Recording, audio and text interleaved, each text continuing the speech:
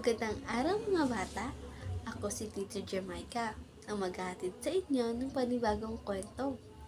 Ang kwento na babasahin natin ngayon ay si Pangpagong at si Eko Conejo. Pero bago tayo magsimula sa ating kwento, alam niyo ba ang salitang Animaladya? Ang salitang Animaladya ay isang lugar kung saan nakatira ang mga hayop. Parang isang bayan ng mga hayop na marunong magsalita at meron silang kanya-kanyang trabaho. Yung tagapaghatid ng sulat.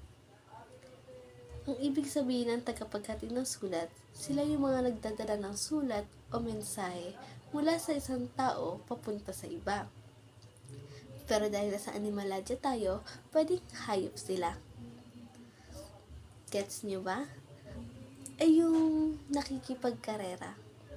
Ang ibig sabihin ng nakikipagkarera ay sumali sa takbuhan o paligsahan na kung sino ang pinakamabilis, siya ang mananalo. Dahil alam niya na yung mga salitang yan, ano kaya mangyayari kung si Pangpagong ay nakipagkarera kay Eko Conejo? Sino kaya ang mananalo sa kanila? Alamin natin yan sa kwento ni Pangpagong at ni Eko Conejo na isinulat ni Ofelia E. Concepcion, guhit ni Martin Romero, at cover design ni Michael Miranda. Ready na ba kayong makinig mga bata? Magaling! Ngayon, simulan na natin ang ating kwento. Laging iniinis ni Eko Conejo si Pangpagong. Wala ka sa akin. Mas magaling ako kaysa sayo. Pang-aasar niya. Mataas akong lumundag at mabilis akong tumakbo. Pagyayabang ni Eko Conejo. Ikaw, anong alam mo? Hindi inintindi ni Pangpagong sa Eko Conejo. Ang mabuti pa ay magtrabaho na tayo para mas marami tayong mga sulat na mai-deliver. Parehong tagapaghatid ng surat ang dalawa sa Animaladya. Pareho silang mapagkakatiwalaan. Padala po ng inyong apo. Ang kaibahan nila ay mayabang si Eko Conejo at mapagkumbaba naman si Pangpagong. Paring Ralph, may sulat ka. Minsan ay hinamon ni Eko Conejo si Pangpagong. Magparamihan tayo ng mayahatid na sulat. Sigurado ako na talo kita. Nagulat ang mga hayop nang sumang-ayon si Pangpagong. Sige, sabihin mo kung kailan at hindi kita uurungan. Kumalat ang balita tungkol sa hamon ni Eko Conejo kay Pangpagong. Magandang panoorin yan, ang sabi ni Hoseng Usa. Araw ng karera ni Pangpagong at Eko Conejo. Marami ang sumaksi sa paligsahan. Magsing dami ang mga sulat na i-deliver ng dalawa. Magkaiba ang daan, pero magkasing layo ang mga bahay na pupuntahan nila.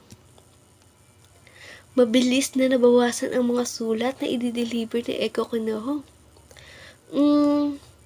Ang mabuti pa ay magpahinga muna ako.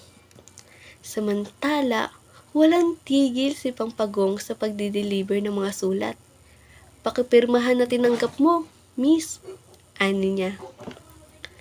Malamig ang simoy ng hangin. Napasarap ang tulog ni Eko Conejo. Ginising siya ni Foxy. Nakikipagkarera ka, di ba? Nagmadali si Eko Conejo sa paghatid ng mga sulat. Malaki ang tiwala niya na siya ang mananalo sa paligsahan. Pero, nagkamali siya. Nagpalakpakan ng mga hayop na makita si Pangpagong. Dala niya ang katunayan na nahihatid niya ang lahat ng mga sulat. Naging malaking aral kay Eko Conejo ang nangyari. Mula noon ay hindi na siya nagyabang. Nagtatapos ang ating kwento. Nag-enjoy ba kayo? Magaling! Ngayon naman, meron tayong sasagutan na pinamagatang Sino ang katulad ko? So, ang gagawin niyo dito ay i-drawing niyo lang si Pampagong at Eko Kuneho sa loob ng kahon. Pagkatapos siyang i-drawing, ilalagay niyo sa gilid kung ano ang mga ugali nila. Pagkatapos niyo siyang ilagay, sasagutan niyo ang tanong sa baba kung sino yung gusto niyong tularan sa kanila. Pagkatapos niyan, sasagutan niyo naman yung pangalawang activity na pinamagatang natutunan ko. Ang ilalagay niyo lang dito ay kung ano yung natutunan niyo sa kwento ni na Pampagong at Eko Kuneho. At doon, nagtatapos ang ating gawain. Sana nag-enjoy kayo. Paalam!